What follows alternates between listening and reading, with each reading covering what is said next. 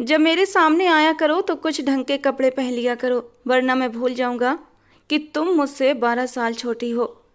गांव के एक कोने में बसी एक छोटी सी दुनिया में 16 साल की आशा की शादी उसके घर वालों ने 28 साल के जारून शाह से कर दी। वजह सिर्फ इतनी थी कि जारून शाह के बूढ़े माँ बाप की सेवा के लिए कोई चाहिए था, और आयशा एक बेहद गरीब घर की लड़की थी। इसीलिए उसे पूछे बिना ही उसे शादी के बंधन में बांध दिया गया। जारून शाह कभी भी उसके करीब नहीं आया था, क्योंकि उसे तो अपने माँ बाप के लिए एक नौकरानी चाहिए थी और वो उसे मिल गई थी। लेकिन एक रात तेज बारिश हो रही थी। आयशा अपने कमरे से नहीं निकली थी।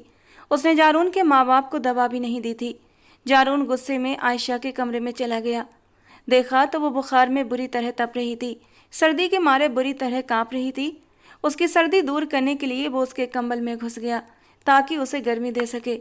लेकिन फिर धीरे धीरे हवेली के आंगन में चारों तरफ सूखे पत्ते बिखरे हुए थे। बड़ी बड़ी खिड़कियों के शीशों पर धूल मिट्टी जमी हुई थी। दो नौकरानियां हाथ में झाड़ू पकड़े आंगन की साफ सफाई कर रही थीं, जबकि एक नौकरानी हाथ में डस्टर पकड़े शीशों पर लगी हुई धूल हटा रही थी। परिवेश में गरिमा लिए आयशा एक कंधे पर शॉल डाले नौकरानी से अपनी निगरानी में काम करवा रही थी।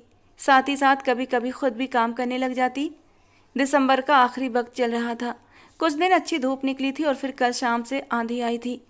साफ सुथरी, खूबसूरत और चमचमाती हुई हवेली पर धूल मिट्टी की परत चढ़ चुकी थी। थोड़ी देर बाद पापा की आवाज़ आई तो आयशा हवेली के एक कमरे की ओर बढ़ गई। पापा हमेशा की तरह बिस्तर पर लेटे हुए थे और आयशा को बुला रहे थे, लेकिन उसे अपने लिए नहीं बल्कि मम्मी जी की ज़रूरत के लिए बुला रहे थे, जो चश्मा नाक पर चढ़ाए स्वेटर बुनने में मगन थी। मम्मी जी, आपको कितनी बार कहा है आप ये काम ना किया करें। इतनी देर तक देखने से आपके सिर में दर्द होने लगता है। आयशा ने मम्मी जी के पास बैठकर लाड से कहा। आयशा की इतनी फिक्र देखकर मम्मी जी मुस्कुरा दी। तो क्या हुआ, अगर सिर में दर्द हो जाएगा, तुम हो ना, सिर में तेल की मालिश कर दोगी तो दर्द ऐसे ही गायब हो जाएगा। मम्मी जी ने एक चुटकी बजाते हुए कहा तो आयशा उनकी मासूमियत पर हंस पड़ी। ठीक है, अब आप ये स्वेटर रख दीजिए, बाहर बहुत अच्छी धूप निकली हुई है। लॉन की सफाई हो जाए तो मैं आप दोनों को वहीं ले चलती हूँ। कुछ वक्त बाद आयशा मम्मी जी और पापा को लेकर लॉन में आ गई। मम्मी पापा काफ़ी वक्त बाद लॉन में आए थे, इसीलिए उनकी तबीयत काफ़ी फ्रेश लग रही थी। उसने किचन में जाकर कुछ फल काटे और उनके लिए भी भिजवा दिए। फिर खुद कमरे में आकर अपने लिए कपड़े निकालने लगी। उन कपड़ों पर धूल जम गई थी और शायद उसे अरसा ही गुजर गया था उन्हें छुए हुए। उसने एक सादा सा सूट निकाला और वॉशरूम में शावर लेने चली गई। वो शावर लेकर बाहर निकली तो एकदम सटपटा कर रह गई, क्योंकि सामने बेड पर ही जारून शाह बैठा हुआ था। आयशा का सूट हल्के रंग का था और गीले बाल पीठ पर बिखरे हुए थे। कमीज आगे से भी शरीर से चिपक गई थी।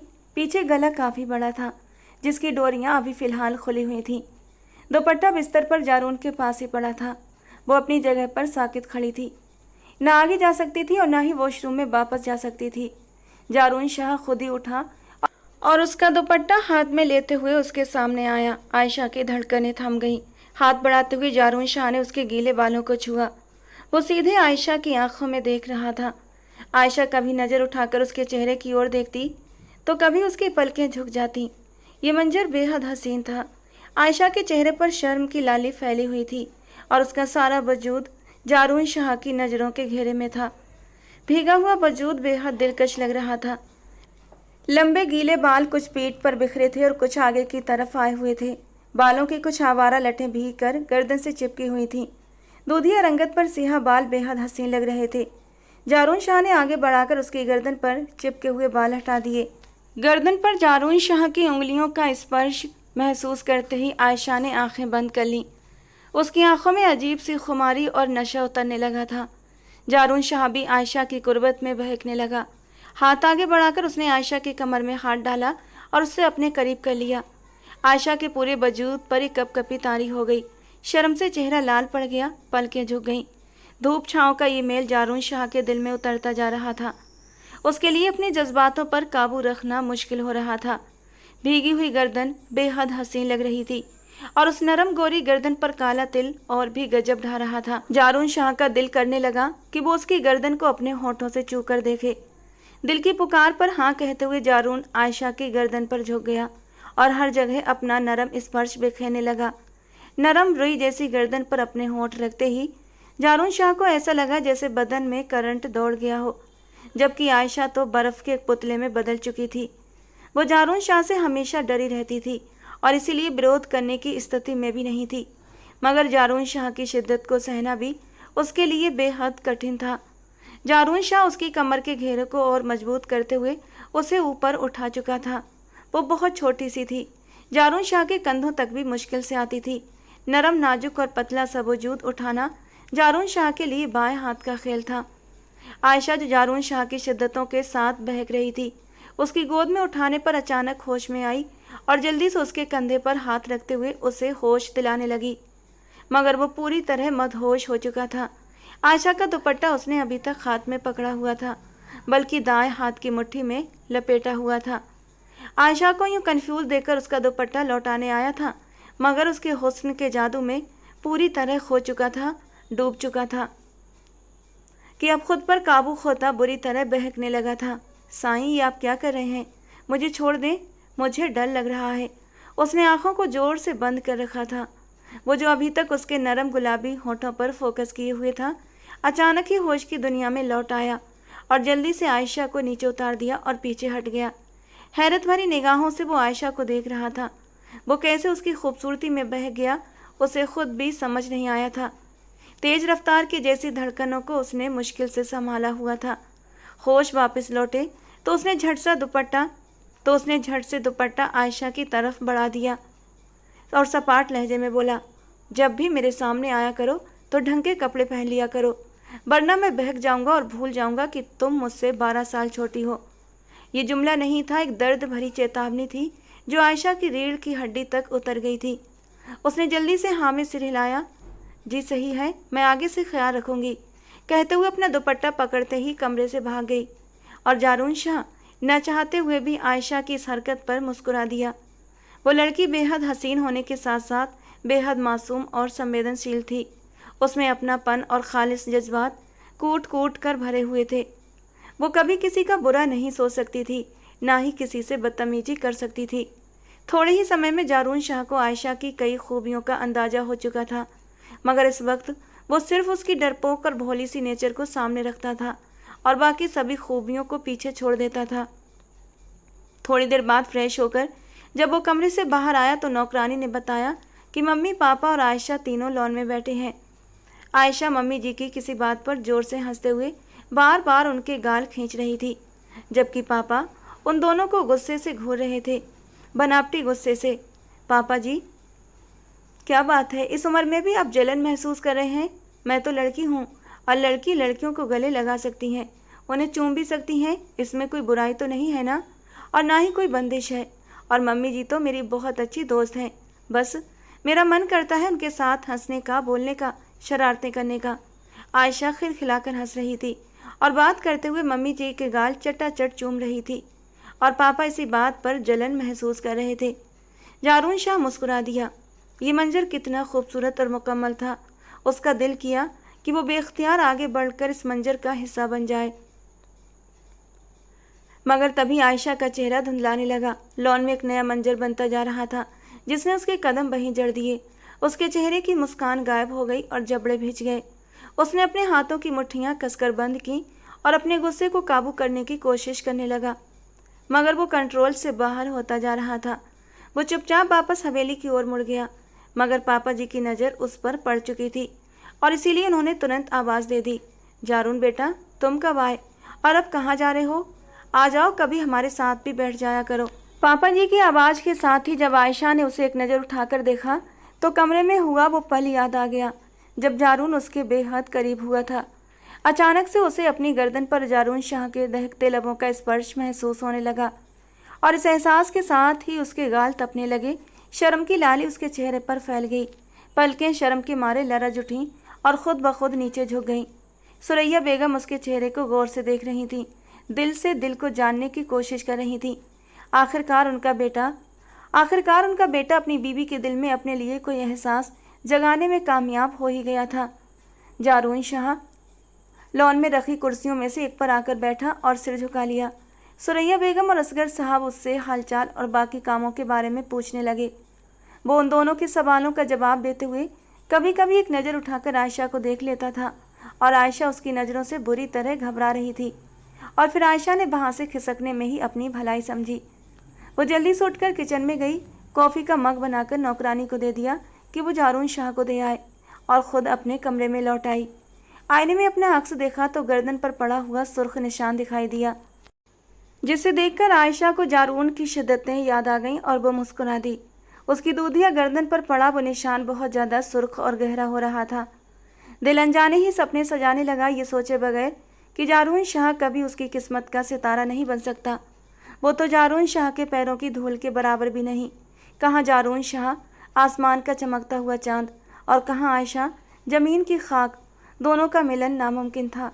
न जाने क्यों तो आंसू आंखों से टूट कर गालों पर लुढ़क आए, जिसे आयशा ने चुपके से साफ कर लिया और दिल से जारून शाह को अपने मुकद्दर का सितारा बनाने के लिए अपने रब से फरियाद करने लगी।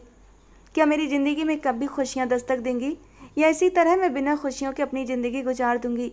या अल्लाह, आप मुझ पर कब मेहरबान होंगे और कब मुझे जारून शाह की मोहब्बत मिलेगी? चाहे जाना और चाहना किसे बुरा लगता है।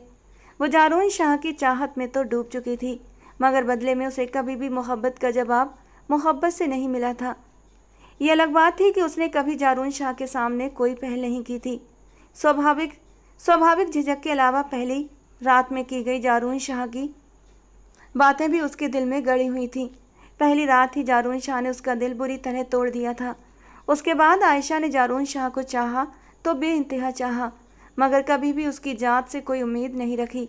मगर आज जारून के करीब आकर उसने एक बार फिर उसे अपने जादू में बांध लिया था। न जाने क्यों जब वो करीब आया तो आयशा को ऐसा लगा जैसे वो भी उससे मोहब्बत करने लगा है और अपने दिल के हाथों मजबूर होकर उसके करीब आया है।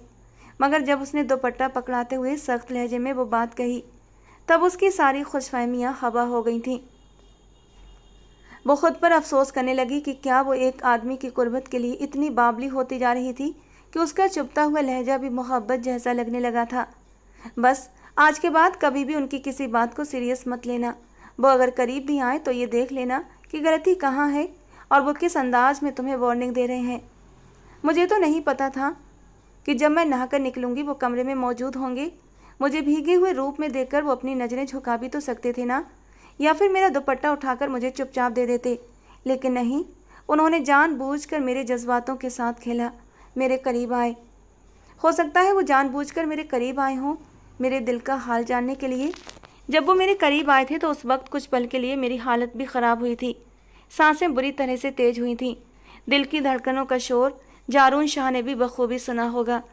चेहरे पर फैली शर्म की लाली को भी उन्होंने अच्छे से देखा होगा। ओह मेरे खुदा, मैं अपने जज्बात छुपाने में हार कैसे गई। कहीं उन्हें ये तो नहीं पता चल गया कि मैं उनसे मोहब्बत करने लगी हूँ। नहीं नहीं आयशा, ये तुम क्या सोच रही हो? आईने के सामने खड़ी वो खुद ही खुद बड़बड़ाए जा रही थी। उसे खुद भी समझ नहीं आ रहा था कि वो पागलों जैसी हरकतें क्यों कर रही है। कुछ वक्त बाद उसने अपनी हालत पर काबू पा लिया और किचन में जाकर खाना बनाने लगी। सुरैया बेगम और असगर साहब के लिए परहेजी खाना वो खुद अपने हाथों से बनाती थी। उबली हुई कद्दू की सब्जी और बिना मिर्च की दाल बनाई थी। साथ में सलाद और रायता तैयार किया और ट्रे सजाकर उनके कमरे में पहुंच गई। नौकरों ने उन्हें पहले ही कमरे में पहुंचा दिया था, जहां जारून शाह भी बैठा हुआ था। शायद उसकी छुट्टी थी, इसीलिए वो इत्मीनान से अपने मम्मी पापा के साथ बैठा था और उनके साथ वक्त गुजार रहा था। लेकिन आयशा की जान को मुश्किल में डाले हुए था। जब वो घर में नहीं होता था तो आयशा आराम से घूमती फिरती थी, और अब तो कुछ हद तक उसके होते हुए भी वो खुद को आज़ाद समझने लगी थी। मगर आज की उस हरकत के बाद वो उससे बचती फिर रही थी। खाने की ट्रे पकड़े आयशा के हाथ कांपने लगे। इससे पहले कि ट्रे ज़मीन पर गिर जाती, जारून शाह ने आगे बढ़कर उसके हाथों पर अपना हाथ रख दिया। इस तरह आयशा के हाथों ने ट्रे को थामा हुआ था और जारून के हाथों ने आयशा के हाथों को। आयशा ने बेख्तियार जारून शाह की ओर देखा, वो भी उसी की ओर देख रहा था। एक पल के लिए नज़रों का टकराव हुआ और आयशा ने तुरंत अपना रुख मोड़ लिया। आयशा की नज़रें फेर लेने को महसूस करते हुए जारून शाह भी होश में आया और आयशा के हाथ से ट्रे लेकर मेज़ तक ले गया और अपने माँ बाप के आगे खाना सर्व करने लगा। असगर साहब खुद ही छोटे छोटे निवाले लेकर अपना खाना खाने लगे, जबकि सुरैया बेगम को जारून अपने हाथों से छोटे छोटे निवाले बनाकर खिलाने लगा। वो अपने माँ बाप से बहुत प्यार करता था। उसका बस चलता तो उन्हें कोई भी तकलीफ नहीं आने देता। उनके प्यार की खातिर ही वो इतना बड़ा कदम उठा गया था कि आयशा को इस घर में ले आया था, वो भी अपनी पत्नी की हैसियत से। आयशा की आंखों में आंसू भरने लगे। वो तो उल्टे कदमों वापस लौट गई। सुरैया बेगम और असगर साहब की वजह से वो इस घर में मौजूद थी। उन्हीं का ख्याल रखने के लिए आयशा को इस घर में लाया गया था। अब वो अच्छा खाना पहनने और ओढ़ने के काबिल हो गई थी। उसने एक नई दुनिया देखी थी। शहर देखा था, शहर के लोग देखे थे, शहर की फिजाओं में घुली मिलावट को भी महसूस किया था और इंसानों की संगदिली की हदें देखी थीं। उसने खूबसूरत पत्थर के जैसे इंसान भी देखे थे जो अपने जज्बातों पर पूरी तरह काबू बनाए रखते हैं। ये सिर्फ सुरैया बेगम और असगर साहब थे जिनकी वजह से उसकी ज़िंदगी बदल गई थी। आयशा आबिद ने हमेशा सादा और साफ सुथरी ज़िंदगी जी थी, जिसमें खुशियाँ थीं, मोहब्बतें थीं और रंग ही रंग थे। माँ बाप गरीबी की मार सहते सहते ढेरों बीमारियों में उलझकर आखिरकार इस दुनिया से रुखसत हो गए। पहले बाप इस दुनिया से गया और बाप का गम माँ को ऐसा लगा कि वो भी बिस्तर से लग गई। और बाप के मरने के 6 महीने बाद ही आयशा की माँ भी उसे अकेला छोड़कर चल बसी। आयशा अपनी फूफी के यहाँ रहने लगी। घर के सारे काम करती, बदले में उसे 2 वक्त की रोटी और पहनने को कपड़े मिल जाते थे। फूफी की लड़कियों के उतरन के कपड़े खुदा का शुक्र अदा करते हुए चुपचाप पहन लिया करती थी। साथ ही कभी कभी फूफी की झिड़कियाँ और फूफा के ताने भी सुनने पड़ते थे। फूफी की बेटियां से ज़्यादा मुंह नहीं लगाती थीं। घर में बहुत ज़्यादा खुशहाली नहीं थी, लेकिन गरीबी भी नहीं थी। आयशा ने हमेशा थोड़े में ही खुदा का शुक्र अदा करके अपनी ज़िंदगी गुजारने की आदत डाल ली थी। ज़्यादा की चाह उसे कभी नहीं हुई थी। उस वक्त भी वो अपनी ज़िंदगी से बहुत खुश और मुतमईन थी। आयशा की फूफी सलमा बेगम ने एक एहसान किया था उस पर कि उसका स्कूल नहीं छुड़वाया था, बस स्कूल बदलवा ज़रूर दिया था। पहले जो आयशा के माँ बाप जैसे तैसे करके उसे एक छोटे मोटे प्राइवेट स्कूल में पढ़ा रहे थे, अब उसकी फूफी ने उसे उस सस्ते से स्कूल से निकाल कर एक सरकारी स्कूल में डाल दिया था। यहाँ पर भी आयशा ने किसी से कोई शिकायत नहीं की थी, बल्कि सरकारी स्कूल में ही दिल लगाकर पढ़ने लगी थी। और अभी फ़िलहाल वो 10th क्लास की पढ़ाई कर रही थी। सुबह जल्दी उठकर सारे घर के काम करना, फिर स्कूल के बाद भी पूरा घर समेटना उसकी ही जिम्मेदारी थी। वो घर के काम निपटाने के बाद फूल पौधों की देखभाल करती, परिंदों को दाना डालती। आंगन के बीचों बीच लगे नीम के पेड़ पर पड़ा हुआ झूला उसकी इकलौती तफरीह था। दोपहर को जब फूफी की बेटियां आराम कर रही होती, वो झूले पर बैठकर ऐसे खुश होती जैसे उसे कोई खजाना मिल गया हो। फिर हवाओं के साथ गर्मी भी काफ़ी बढ़ गई थी। नीम के पत्ते आंगन में बिखरे हुए थे। कभी कभी तेज़ हवाएं चलने लगती तो सूखे पत्ते पूरे आंगन में फैल जाते, जिसकी वजह से आयशा बहुत परेशान हो जाती थी। उसका पूरा दिन साफ सफाई में ही गुजर जाता था। उस वक्त भी वो झाड़ू हाथ में लेकर सफाई कर रही थी जब फूफी की तेज़ आवाज़ सुनाई दी, आयशा कपड़े भी धोने हैं, जल्दी करो, सारा दिन क्या सफाई ही करती रहोगी। फूफी की बात सुनकर उसके हाथों की रफ्तार तेज हो गई। अम्मी, आपने क्यों एक मुफ्त का अजाब पाल रखा है? आप देखिए ना, जो जोड़ा आपने इसके लिए लिया उन्हीं पैसों में हमारी चूड़ियाँ आ जाती। फूफी की बेटी गजाला नफरत भरे लहजे में कह रही थी। वैसे तो वो आयशा से ज़्यादा बात नहीं करती थी, मगर जब भी फूफी आयशा के लिए कुछ नया खरीदती थी उनका यही रवैया होता था। आयशा का जोड़ा बहुत सस्ता सा था, जबकि गजाला और शमाला के जोड़े काफ़ी महंगे थे, मगर फिर भी उनकी नज़र में आयशा का जोड़ा खटक रहा था। उनके ख्याल में आयशा को कपड़े लेने की ज़रूरत ही क्या थी? उसे तो सिर्फ घर का काम ही करना था। उसे कहीं आना जाना तो था नहीं जो उसे नए कपड़ों की ज़रूरत पड़ती। उतरन से ही उसका काम चल जाता था। सलमा बेगम ने उसे झड़क कर चुप करा दिया। सलमा बेगम सिर्फ आयशा पर गुस्सा नहीं करती थीं, बल्कि अपनी बेटियों को भी कभी कभी डांट दिया करती थीं, मगर बेवजह की बातों का गुस्सा ज़्यादातर उनका आयशा पर ही निकलता था। आयशा ने जल्दी जल्दी सफाई की और फिर वॉशिंग मशीन लगाकर कपड़े धोने में लग गई। सलमा बेगम की दोनों बेटियां गजाला और शमाला टीवी के सामने जमी हुई थीं। गोद में फैशन मैगजीन रखी थी जब एक विज्ञापन पर उनकी नज़र ठिठक गई। अखबार में 28 साल के एक मर्द ने अपने रिश्ते के लिए ऐड दिया था। उसे अपने माँ बाप की सेवा करने के लिए एक बीवी की ज़रूरत थी। दहेज वगैरह की कोई मांग नहीं की गई थी, बल्कि घर वालों की आर्थिक मदद करने का वादा भी किया गया था। शमाइला ने गजाला की तरफ मतलब भरी नज़रों से देखा और फिर दोनों सलमा बेगम के पास आकर उनके कान में कुछ घुसर पुसर करने लगी। सलमा बेगम ने उनकी बात सुनी तो एकदम से नाराज होकर उन्हें डांटने लगी और किचन से बाहर निकाल दिया। दोनों बहनें मुंह बनाते हुए वापस आकर सोफे पर बैठ गईं। तभी गजाला ने आंखों में शैतानी चमक लिए शमाइला की ओर देखा और फिर अपने दिमाग में आया हुआ एक शातिराना प्लान उसे बताने लगी। शमाइला की आंखें भी गजाला की बात सुनकर चमक उठी। जब घी सीधी उंगली से ना निकले तो उसे टेढ़ा करना ही पड़ता है। अम्मा ऐसे नहीं मान रही तो वैसे सही। जब उन्हें आयशा से जान छुड़ाने का इतना अच्छा मौका मिल रहा था तो वो इस मौके को हाथ से जाने देना नहीं चाहती थीं। दोनों ही अपने इरादों को लेकर पक्की थीं। जबकि बाहर कपड़े धोती आयशा को उनके मंसूबों की कोई खबर नहीं थी। आयशा कपड़े धोकर आई तो तेज़ धूप निकल आई थी। सूरज सिर पर चमकने लगा था। वो अब अपने कमरे में जाकर आराम करना चाहती थी कि तभी गजाला ने उसे अपने पास बुलाया और कुछ पैसे देते हुए कहा, जाओ करीबी दुकान से चिप्स और नमकीन के पैकेट लेकर आओ। आयशा ने हैरानी से देखा, क्योंकि आज तक सलमा बेगम ने उसे कभी भी इस तरह बाहर सामान लाने नहीं भेजा था। मगर गजाला उसे 500 का नोट पकड़ाते हुए बार बार जोर दे रही थी कि जल्दी जाकर सामान लेकर आओ। ना चाहते हुए भी आयशा ने गजाला के हाथ से वो नोट थाम लिया और बाहर की तरफ चल दी। तभी गजाला ने अपने मोबाइल से एक नंबर मिलाया और दूसरी तरफ की बात सुनकर इत्मीनान से सर हिला दिया।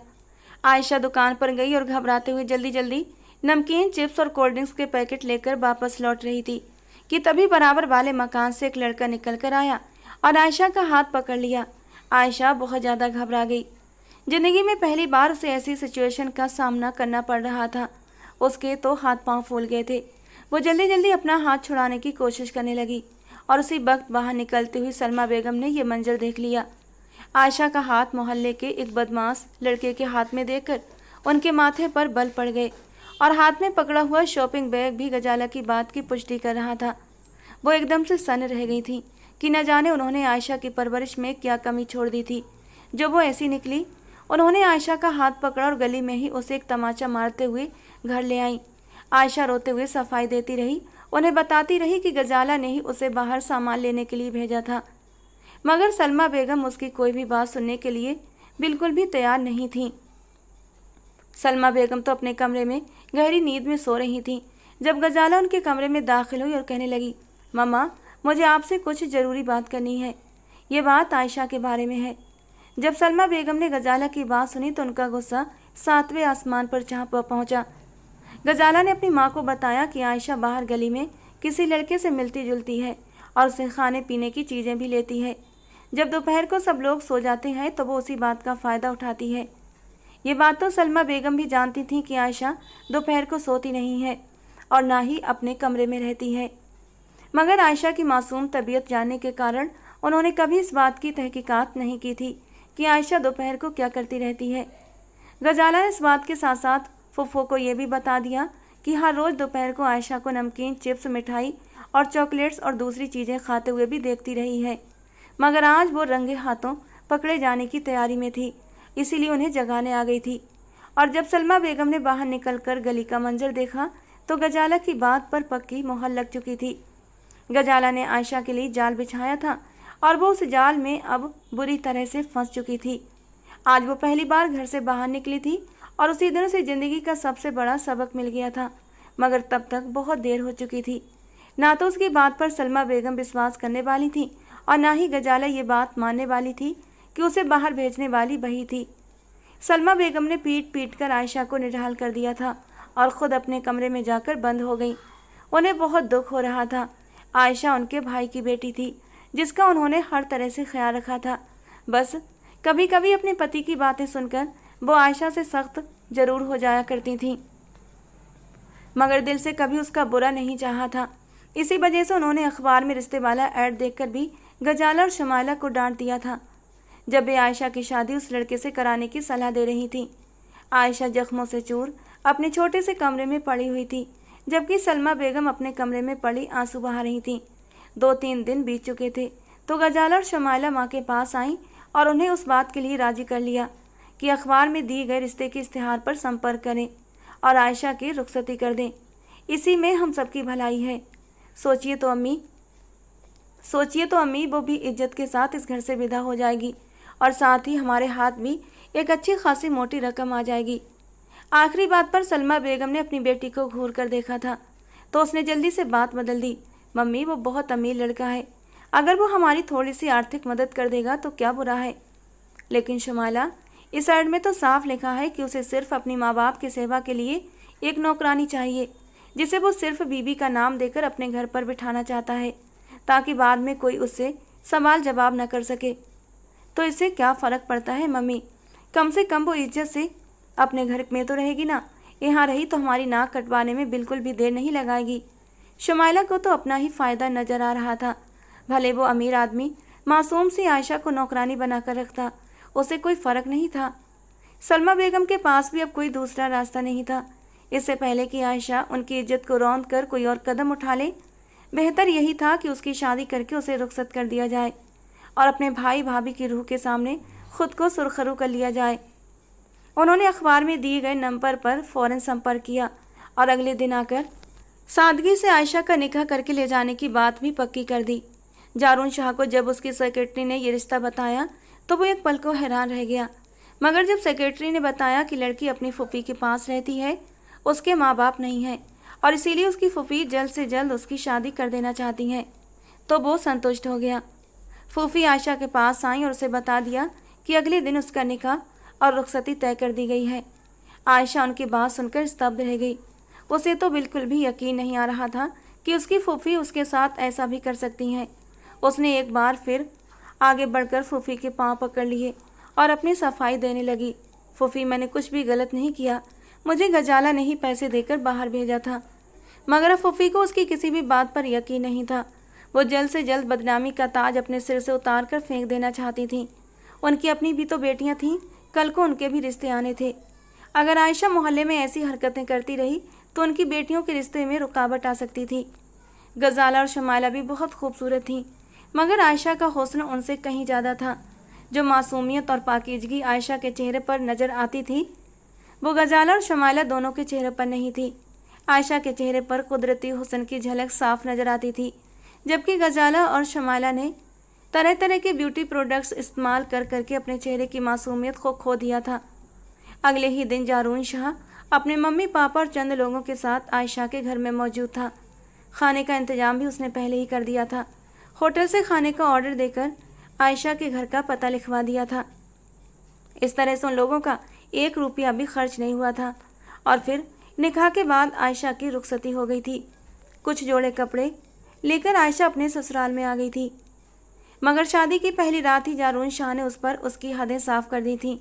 17 साल की मासूम आयशा को आंखों में ये उम्मीद लेकर आई थी कि शायद अब उसकी ज़िंदगी कुछ बेहतर हो जाएगी। ये सुनकर उसकी वो उम्मीदें भी टूट गई थीं। उसका शौहर उसे उसकी औकात दिखा रहा था।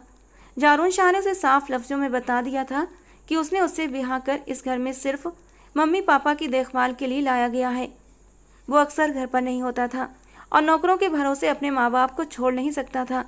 परिवार का सदस्य नौकरों से ज़्यादा ध्यान रख सकता है, इसी वजह से उसने शादी की थी और यहीं पर आयशा के ख्वाबों का महल ज़मीन पर गिर पड़ा था। आयशा ने सच्चे दिल से सुरैया बेगम और असगर साहब की सेवा शुरू कर दी थी। वे भी उससे बेहद मोहब्बत करने लगे थे और इस तरह से आयशा का दिल लग गया। मगर उसकी ज़िंदगी में जो मोहब्बत की कमी थी, उसे सिर्फ जारून शाह ही पूरा कर सकता था। और जारून शाह उसे इस घर में लाने के बाद अपने माँ बाप की तरफ से बेफिक्र होकर लंदन चला गया था। वहाँ भी उनका कुछ बिजनेस फैला हुआ था, जिसे बाइंड अप करने में उसे खुद वहाँ जाना जरूरी था। और वो वहाँ जाकर अपने बिजनेस में ऐसा उलझा कि उसे पूरा 1 साल लग गया था। लेकिन वो अपने माँ बाप की तरफ से बेफिक्र था, क्योंकि कहीं ना कहीं उसे आयशा पर भरोसा था और उसके माँ बाप से भी उसकी बातचीत होती रहती थी। वो दोनों ही आयशा से बहुत खुश थे, लेकिन जारून शाह को जल्द से जल्द लौटने की सलाह देते थे। वो दिल से आयशा को अपनी बहू स्वीकार कर चुके थे और वो चाहते थे ये रिश्ता जो सिर्फ कागज़ों पर बना हुआ था अब एक असल रूप धारण कर ले। दोनों अपनी शादीशुदा ज़िंदगी की शुरुआत कर लें।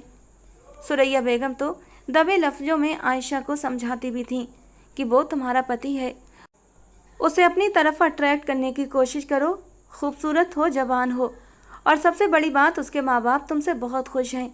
एक मर्द को और क्या चाहिए। और वो नज़र झुकाकर रह जाती। सुरैया बेगम उसका सर अपनी गोद में रखते हुए प्यार से कहती, जब तुम ब्याह कर इस घर में आई थी उस वक्त तुम 17 साल की थी। मुझे भी लगता था इतनी जल्दी इस रिश्ते की शुरुआत नहीं होनी चाहिए, लेकिन अब माशाल्लाह तुम 18 साल की हो चुकी हो, बालिग हो चुकी हो। इस रिश्ते की शुरुआत करने में अब तुम्हें देर नहीं लगानी चाहिए। और वो कुछ भी नहीं बोल पाती। जारून शाह के नाम पर उसके दिल की धड़कन तेज हो जाती थी, लेकिन वो इसका इजहार ना तो जारून शाह से कर सकती थी और ना ही अपनी सास सुरैया बेगम से। उसे तो लगता था कि वो उससे पूरी तरह गाफिल हो गया था, जबकि ये सिर्फ आयशा का गलत ख्याल था। जब तक कि जारून लंदन से वापस नहीं आ गया था। जब से जारून लंदन से वापस आया था, उसकी नज़रें आयशा पर फिसलने लगी थीं। अनजाने ही उसकी नज़र आयशा के नाजुक वजूद पर उठ जाती और फिर नज़र पलटना भूल जाती। शायद इस मजबूत रिश्ते की डोर थी जो दोनों को एक दूसरे की ओर खींचने लगी थी। जारून शाह को हर पल उसका वजूद अपनी तरफ खींचता था। जारून शाह को लड़कियों से एक अजीब सी चिढ़ होती थी। वो कभी भी शादी नहीं करना चाहता था। अब निगाह करके एक वजूद को अपने घर लाया था तो उसे नज़रअंदाज करने में बुरी तरह नाकाम हो रहा था। आयशा का मासूम हुस्न और खुलूस उसे बुरी तरह मुतासिर कर रहा था। जारून शाह के सामने आने पर या तो उसे मुखातिब करने पर वो बुरी तरह से घबरा जाती थी और कोई ना कोई ऐसी हरकत कर देती कि कभी कभी जारून शाह गुस्से के मारे दांत पीस कर रह जाता। मगर जिस तरह वो उसके माँ बाप का ख्याल रख रही थी, उसके लिए उसकी हर हरकत को वो बर्दाश्त कर जाता था। मगर जब से उसने आयशा को सफ़ेद लिबास में भीगा हुआ देखा था, वो खुद पर कंट्रोल नहीं रख पा रहा था। वो जानबूझकर अब वहीं जाकर बैठता जहां आयशा मौजूद होती थी। आयशा बहाने बहाने से उस जगह से खिसक जाया करती, मगर वो भी अपने नाम का एक था। फिर से वहीं पहुंच जाता जहां आयशा मौजूद होती। उसका शर्माना, घबराना और एकदम से डरकर भाग जाना जारून शाह बहुत ज़्यादा एंजॉय कर रहा था। आयशा जहां कहीं भी होती, जारून शाह उस पर नज़रें टिकाकर बैठा रहता था। आयशा को लग रहा था ये सब कुछ वो उससे जानबूझकर तंग करने के लिए कर रहा है, और किसी हद तक ये बात सही भी थी, क्योंकि जारून शायद ये बात समझ चुका था कि वो जितनी भी कोशिश कर ले, बहरहाल आयशा को नज़रअंदाज नहीं कर सकता। आज 16 जनवरी थी। आज के दिन आयशा ने अपनी माँ को खोया था। आयशा सुबह से ही बहुत ज़्यादा उदास थी। कई बार अपनी माँ को याद करते हुए उसकी आंखों में आंसू भी आ गए थे, मगर वो उन्हें साफ कर गई थी, क्योंकि अम्मा बाबा उसे ज़रा सा भी परेशान देकर उससे दुगना परेशान हो जाया करते थे। बेशक कुदरत ने जैसे उसके सगे माँ बाप उसे लौटा दिए थे उसके सास ससुर के रूप में, मगर जन्म देने वाली माँ की कमी आयशा का दिल बहुत बुरे तरीके से महसूस कर रहा था। ना चाहते हुए भी बार बार रोने पर वो मजबूर हो रही थी, इसीलिए घर के कोनों में छिपती फिर रही थी। जारून शाह ने उसकी उदासी देखी तो उससे पूछे बिना ना रह सका, क्या बात है आयशा, तुम्हारी तबीयत ठीक नहीं है? तो चलो तुम्हें डॉक्टर के पास ले चलता हूँ।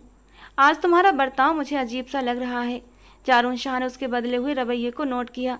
आयशा के लिए तो यही बहुत था। उसकी आंखों में कई आंसू आ गए। वो अपना चेहरा हाथों में छुपाकर रो पड़ी। आयशा के रोने पर जारून शाह घबरा गया।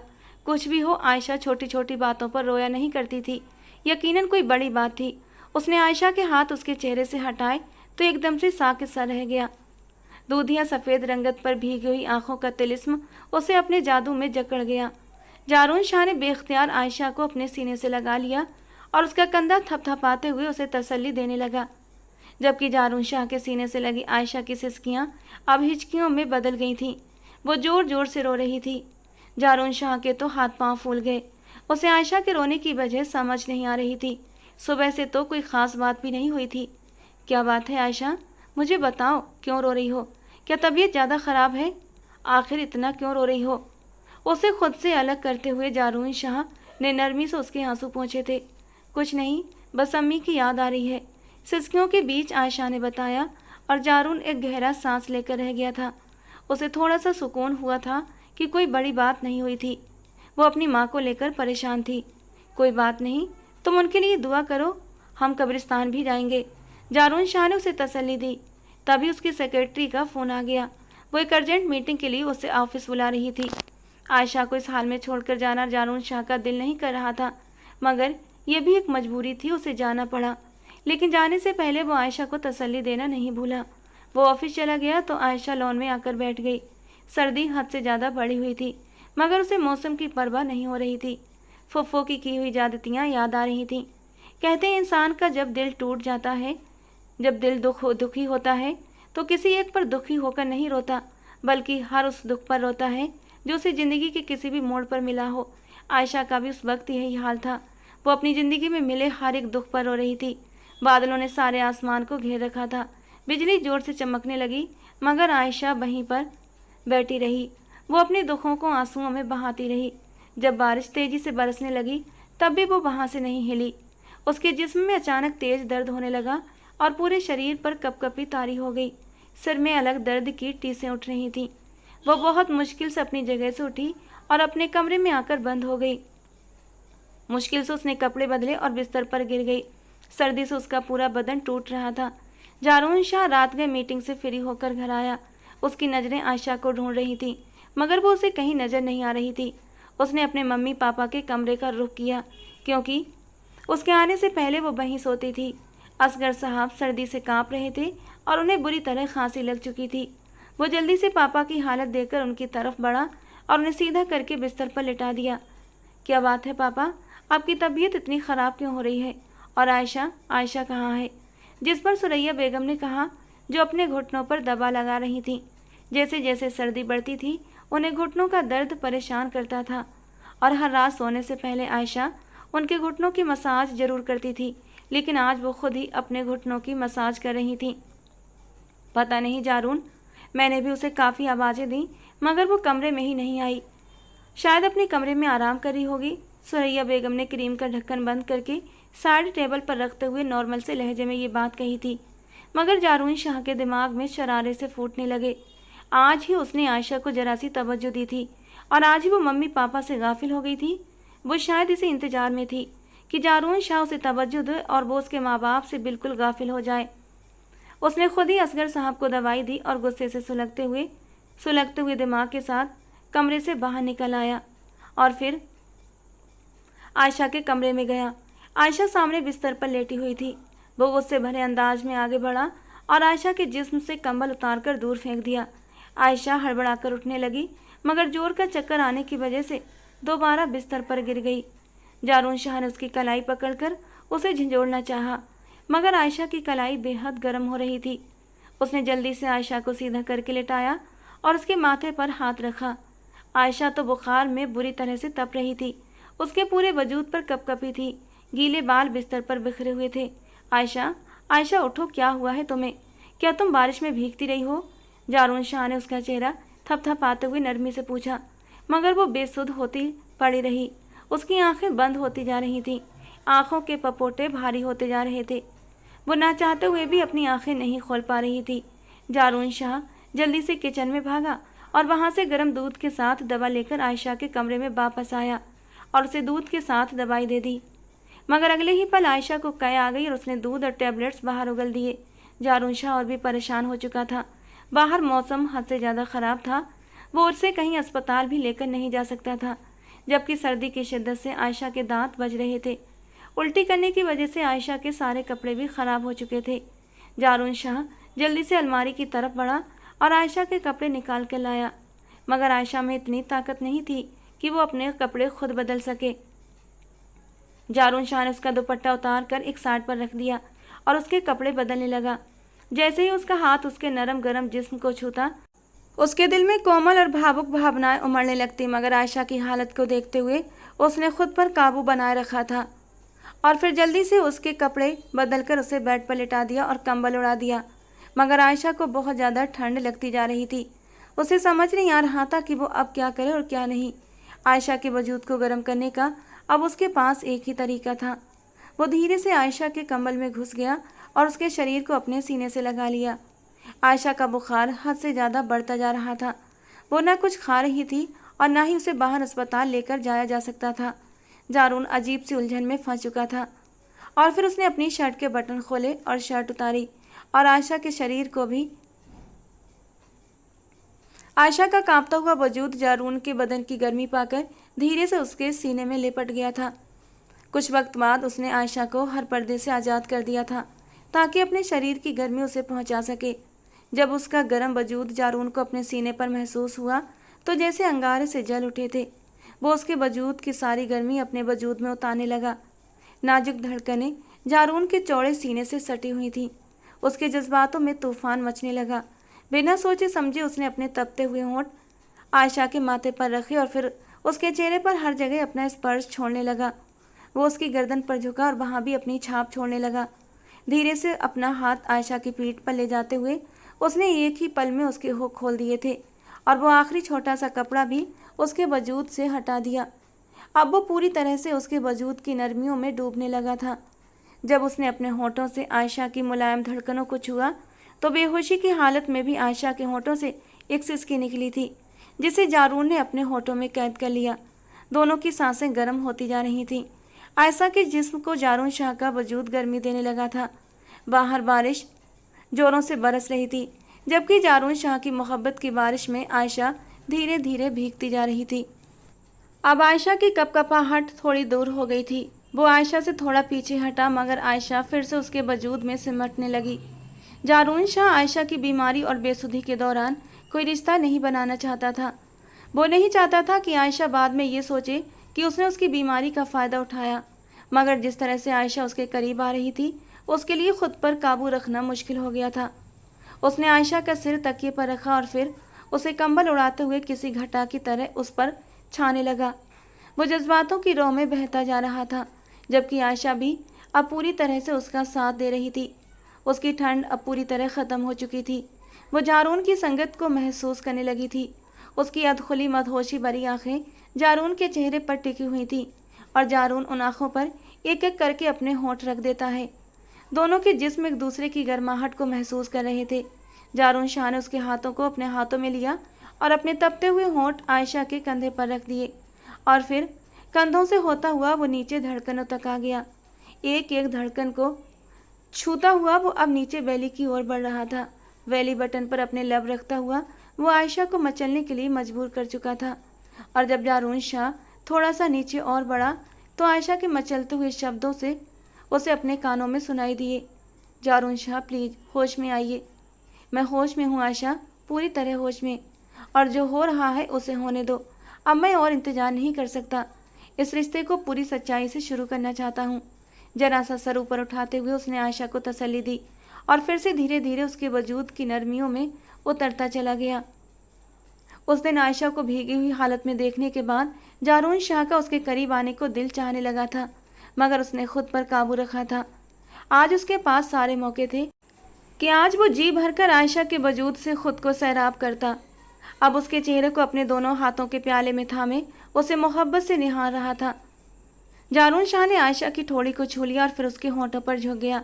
आयशा ने अपनी बाहों को मजबूती से जारून शाह की कमर के चारों ओर बांध रखा था।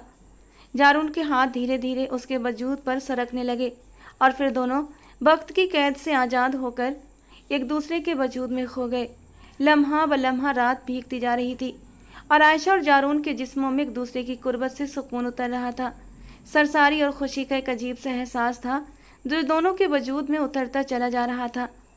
दोनों ने एक दूसरे के अधूरे वजूद को मुकम्मल कर दिया था और एक दूसरे के साथ खुशनुमा ज़िंदगी गुजारने की सोच लिए एक दूसरे की बाहों में ही सो चुके थे। अगली सुबह बेहद हसीन थी।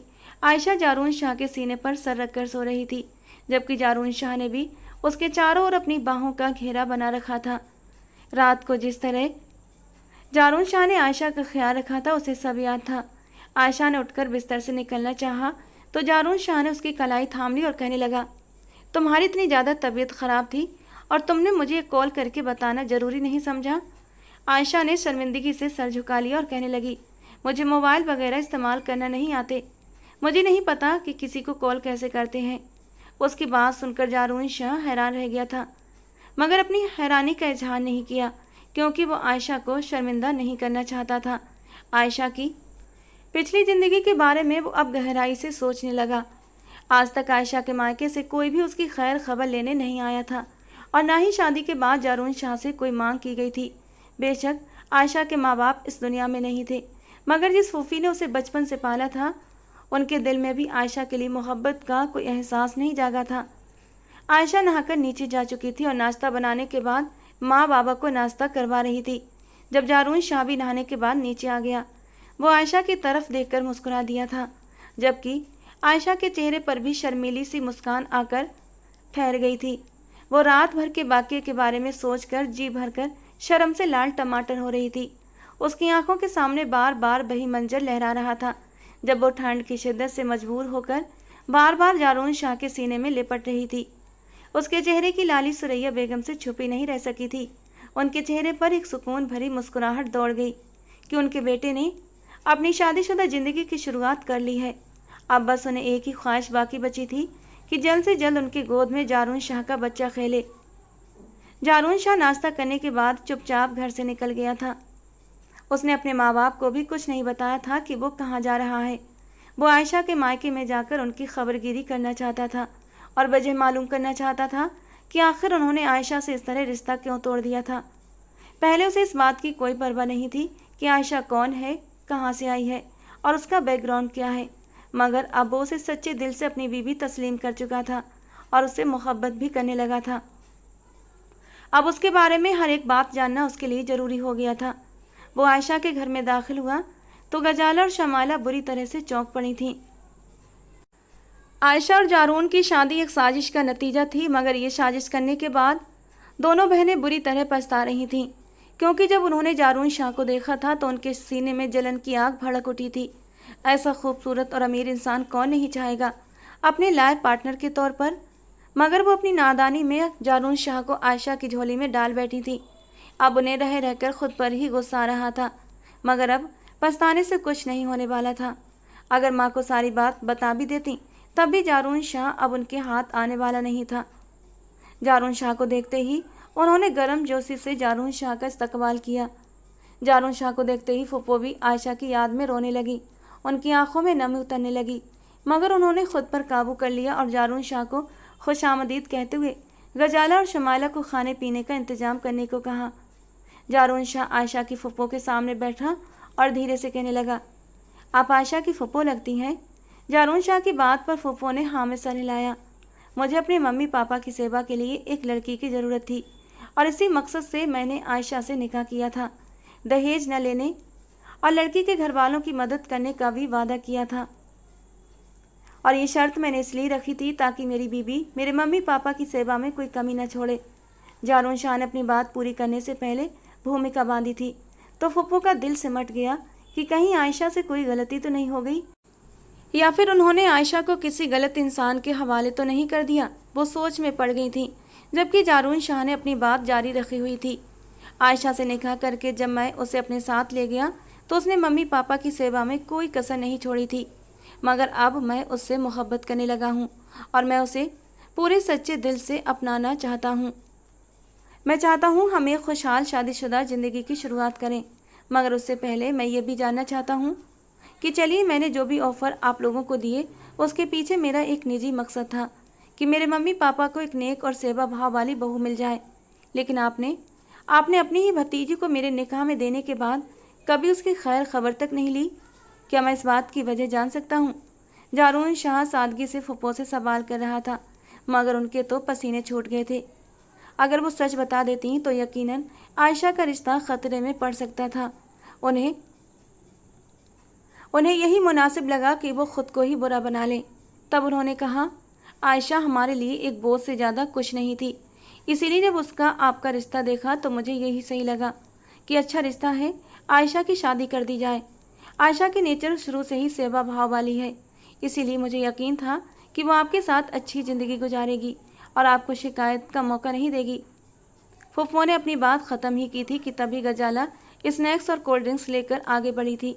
जारून शाह ने कुछ भी खाने पीने से इनकार कर दिया था और फिर फुफ्फो से विदाई के शब्द कहने लगा, जबकि गजाला अपनी माँ से नज़रें बचाकर बाहर के आंगन में निकल आई।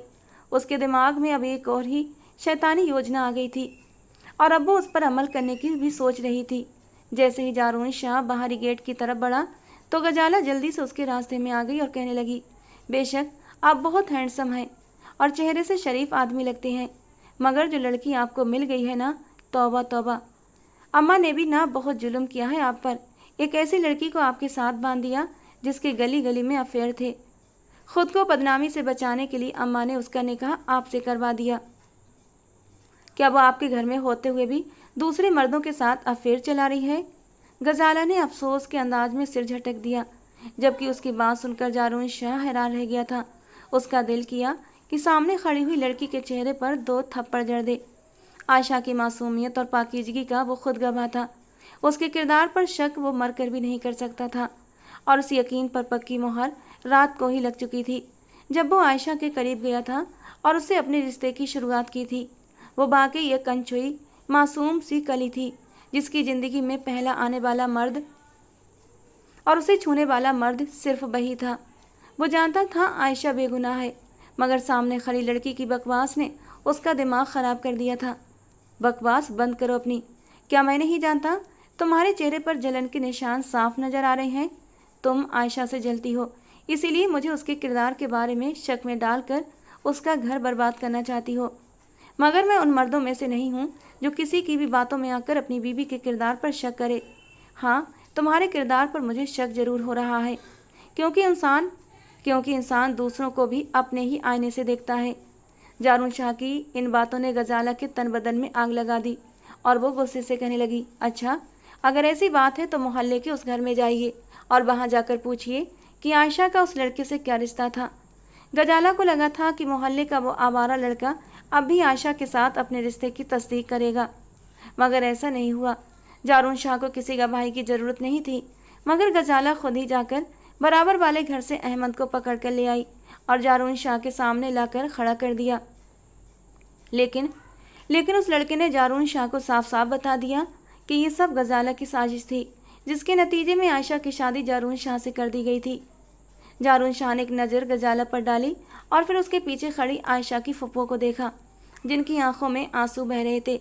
वो तो यहाँ इसलिए आई थी कि जारून शाह को समझा सकें और उसे कहें कि वो आयशा की नादानी को माफ़ कर दे और उसे अपनी ज़िंदगी से ना निकाले, मगर यहाँ आकर तो उन्हें कोई और ही सच्चाई पता चली थी।